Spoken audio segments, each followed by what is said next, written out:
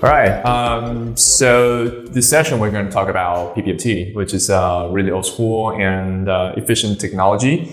It actually powers a lot of proof-of-stake algorithms, so far we can see. So let's see what's the secret inside that. Okay, so in this talk, we're going to explain a bit about the motivation on why PBFT should be invented, and then how the protocol works. And the most important thing is that how can we make sure that the protocol is actually correct, which means it's safe, it's safety and liveness, it's guaranteed. And what are the main properties that makes PBFT outstanding from traditional proof of work blockchain, and some of the variations that evolved from PBFT. So, a long time ago, human beings are always trying to design a system that is really robust and can tolerate the faults. So the system can still work with some certain number of faults. Okay. So in order to do that, a really intuitive idea is to have a redundancy in the system, which means we can have a multiple same component that work exactly the same way and with the same state. And as long as one of them is crashed or doesn't function anymore, we can replace that component to make sure that the overall system can still work. So normally we'll have multiple components that are identical. So we can replace them in case they are broken. Okay. So in the decentralized system, such a design, we call it a state machine replication. Okay, so what is state machine? A state machine is you can think of it, it's a black box that with a state and some certain functions that can transit the state of the black box from state A to state B. So we can take a look on this picture, for example. So, for example, I probably at work or at home or on bed, right? So these are the states I probably will have. So the only transition when I was in work is that I can take train to go home. Okay. So if now I transit from work to home, and then at home I can go to sleep. It's a transition, right? So I can transit from the home to bed. Okay, so on. So as you can see, the state machine is it's something that has an internal state and some corresponding external functions that can sort of change its own internal state. And one of the very important properties is that the state transition is deterministic, which means no matter how many times you perform a transition, every time you'll get the same result if you have the same initial state. So for example here, as long as I'm at work and I transit from and the function is to take train, I will always go to home, right? So based on the state machine described here. So this is called a one state machine. It's a black box. And if I have multiple state machines in my system, and these state machines will sort of form a network, and we call this tunnel network a state machine replication. And this is very important because the overall PBFT is built upon state machine replication. So we have a network of multiple state machines. So how are we going to make sure that they all have the same state? Because it's a replication, right? Replication means they're supposed to be identical, no matter it's a transition functions or a state. So they have to, and because of the transition is deterministic, so in order for them to have exactly the same state, the same final state, we have to make sure that the orders of performing the transitions are the same, are identical. So they gotta be a consensus on the orders of the transactions. Okay. So That's why we gotta have this sort of a consensus or agreement in such a system. Okay, so now we have a problem, which is really classic. It is called a Byzantine general problem. So imagine now a group of Byzantine generals plan to besiege a city. Okay, they have to come to an agreement on whether to attack or retreat. Okay, so each general has to decide whether to attack or retreat. Okay. And so you can see this kind of problem. It's analogous to what we just described, the replicating state machine, right? So they can only inform each other of their decisions through a messenger. So there are some physical barriers between each general. So they can only send a messenger to inform the others their decision. So as long as they all agree on attack or retreat, they can execute the action. Okay. So this is very important. However, there are traitors between the generals who may send out the opposite messages or only inform some of the generals. So, for example, this guy is a traitor. So he actually informs attack to this general, but informs retreat to the general. So sort of try to so we call this kind of behavior. We coin that as a Byzantine behavior because that means the general could probably behave arbitrarily, okay, so to break the system. So how can this consensus be achieved in the presence of the traitor? So how can we make sure that in the end the consensus is going to be achieved with this kind of Byzantine behaviors? Here's an analogy from the Byzantine general problems to replicated state machine. So you can think of a general. Each single general is a single state machine, which is a node. And the messenger is a P2P communication. Okay, because in a network, you have many different ways to talk to another node, either using TCP or using UDP or HTTP. Okay, this sort of protocols. We call it P2P communications. And the decision being attack or retreat are going to be order of transitions. Okay, and the traitor, we call it a Byzantine fault, since it's defined under the Byzantine general context. So here we can define a rather important feature is that the capability of achieving consensus even under the presence of a Byzantine fault is called Byzantine fault tolerance. Okay, so if you have such a system that can guarantee to have a consensus even with the traitors, even with the Byzantine faults, we can say the system is BFT, Byzantine fault tolerant. Okay. So how can we check whether the consensus is achieved or not? Okay. So in order to do that, we have to make sure that the consensus have the properties being safety and liveness. So safety is there is only one unique consensus. Okay. There's only one single truth among the decision makers, and liveness means the consensus process never stop. It'll keep going always. Okay, so these two properties are the tools that help you to check whether the BFT algorithm is valid or not. Okay. So while we try to achieve a correct Byzantine fault tolerant algorithms, there's one limitation we have to consider, which is called FLP impossibility. So FLP is a first name from three scientists. So they ask a question. So can a correct consensus always be achieved? The answer is it depends. Okay, so under some certain circumstances, it's impossible to achieve a consensus. So if we want to have both safety and liveness cannot be achieved in the case of a synchronous network if any crash fault occurs. So that basically means if I have a network that I never know the message was delivered or not, meaning there's no deliver upper bound for a message, meaning a synchronous network, then we cannot guarantee a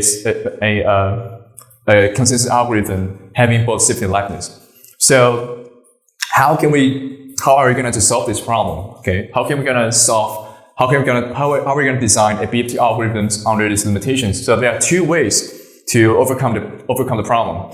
So the first solution is to assume that the network is synchronous, right? It's easy. So that's basically how PBFT do.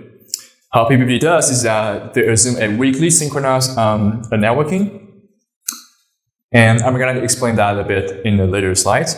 And the other way around is you can introduce random factors sort of to make the algorithms non-deterministic. Okay, this is the other approach. But now we're mainly focused on the first approach. Okay, so now let's get into the PBFT protocols. So before we start, we have some terms to be defined. So in the system, to make it simplified, we assume there are only 4 nodes. Okay, 3 honest nodes and 1 Byzantine node. Okay, so how did we derive the 3 plus 1? Well, it's actually derived from 3 plus 1.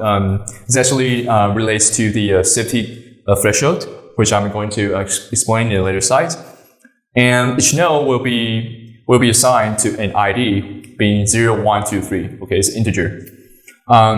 Each node can verify others' signatures, so you can know that whether the message is valid or not.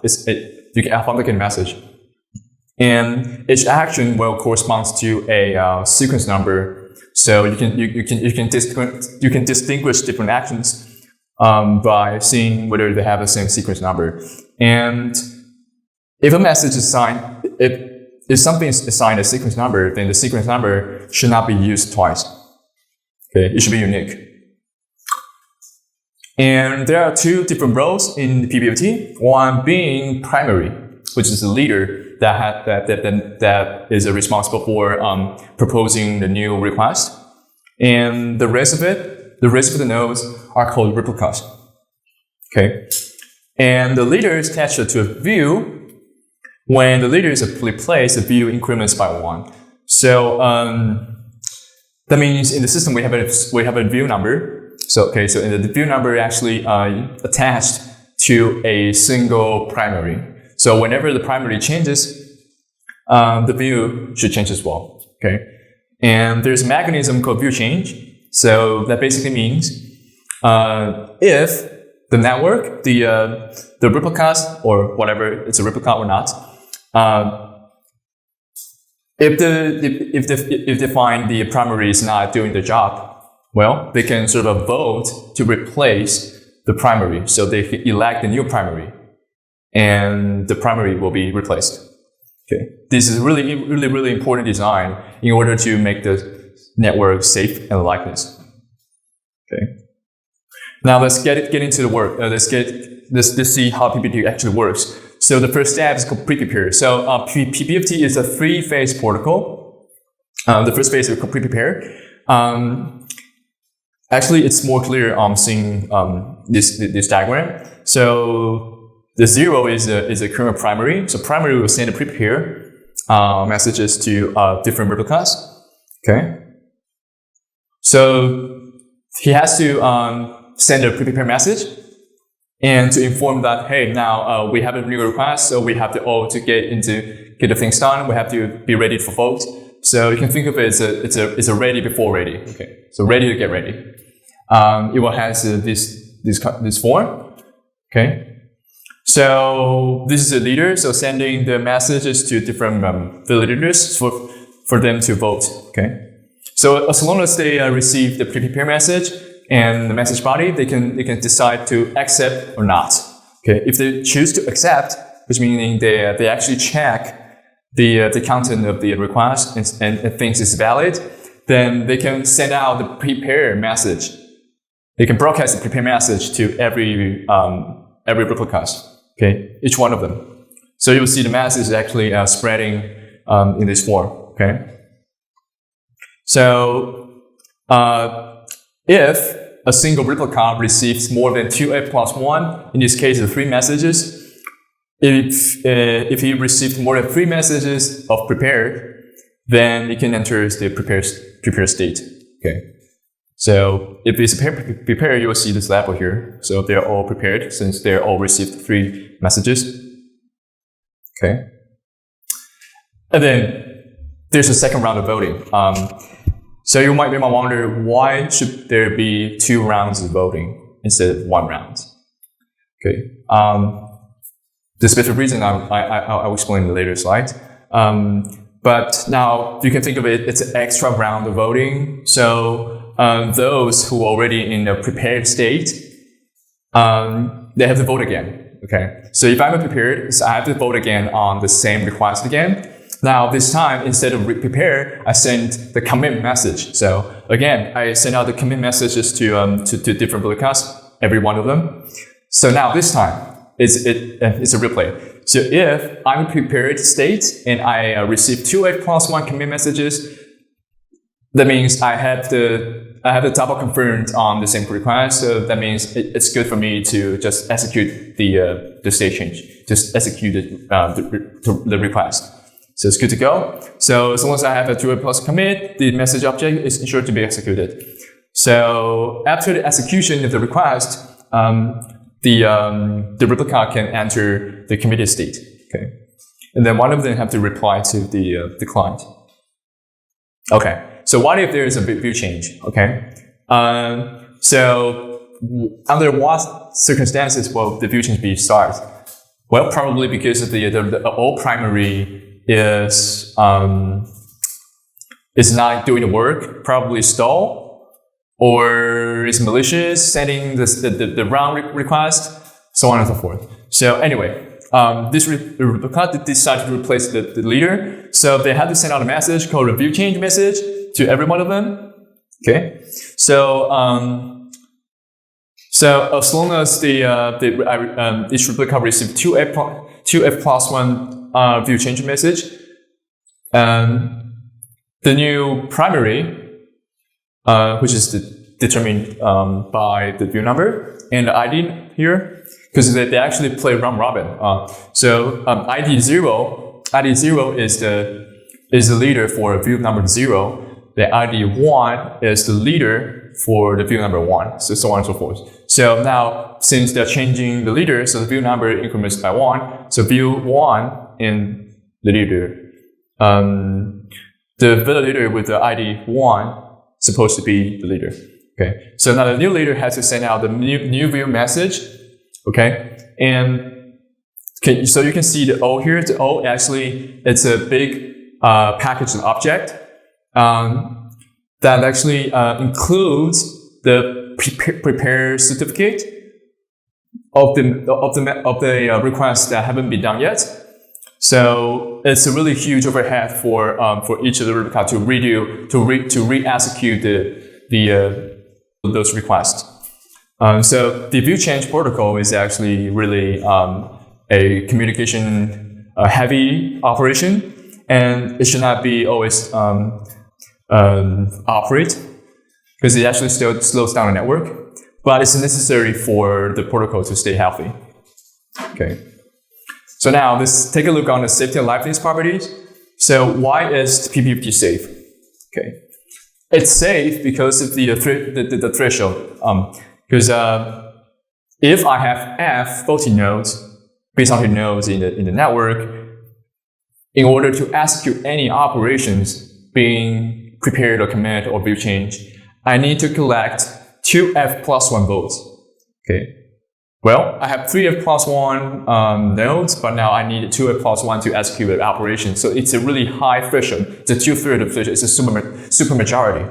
The reason we have to do it because we assume there's most f faulty nodes.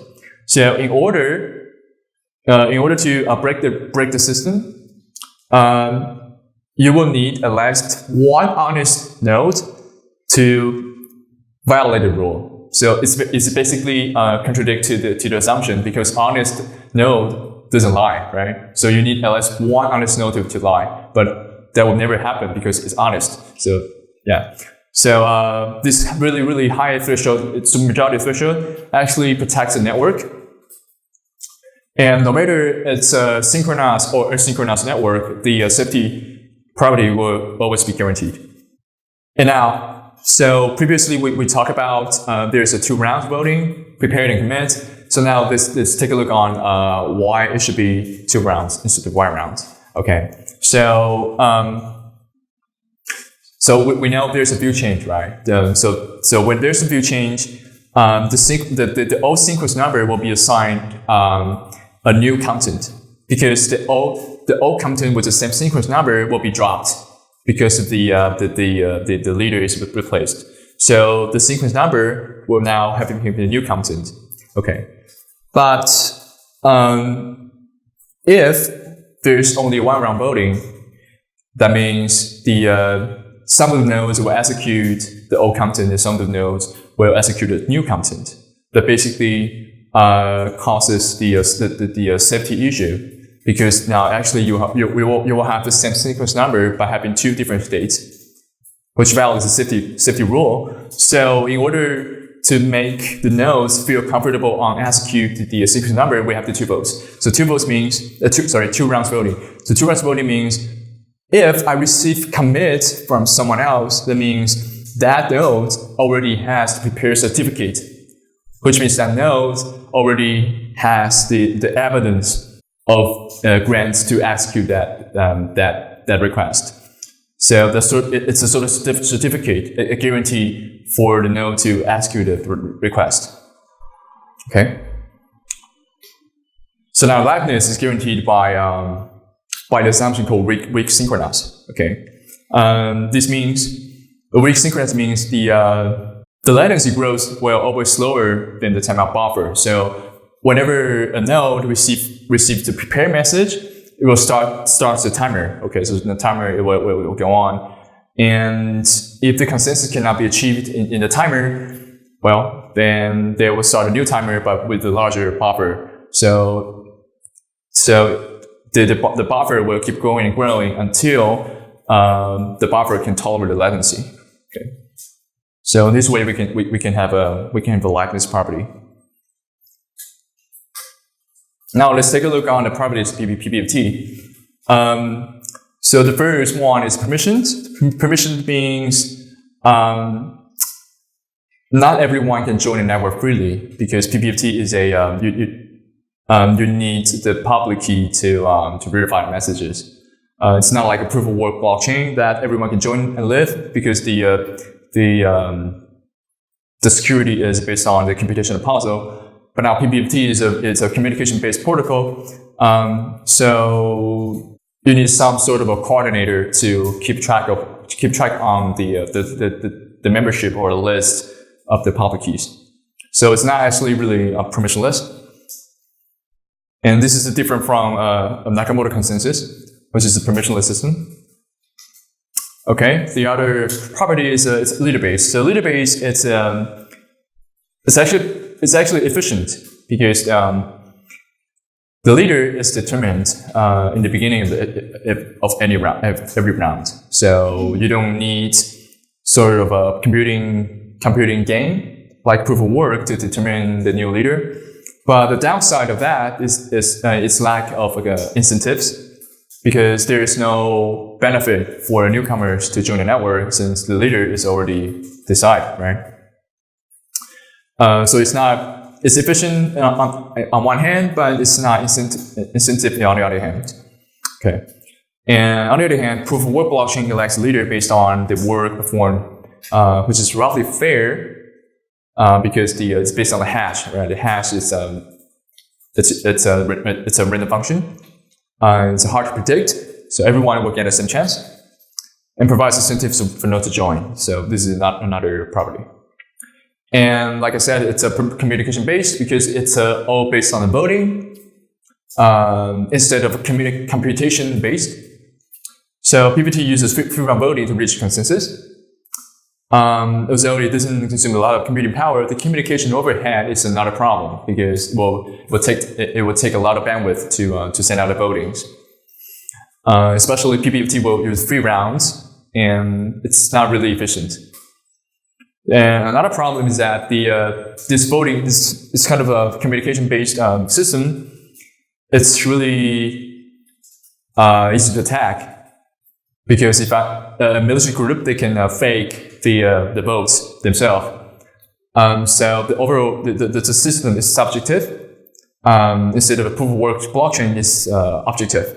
So subjective makes it really makes the PBFT cannot resist the long range attacks. And in contrast, the proof of work blockchain is objective. Now, this is the most important property. So, like I said, the safety of a PBFT is guaranteed no matter what network assumptions. So, safety is very more than liveness. Okay, so PBFT can ensure the safety whether synchronous or not. And due to the strong safety assumption, PBFT has instant finality because we know if a request is confirmed on the state machine, then it's really unlikely for the request to be rewrite. So it's finalized when the time is executed. Okay, and this is actually a really good property of that. And in contrast, the proof of blockchain is more focused on liveness.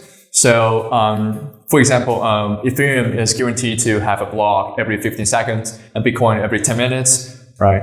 So, to do that, probably there will be multiple blocks every 15 seconds. Now you have to choose the which chain is more valid, right?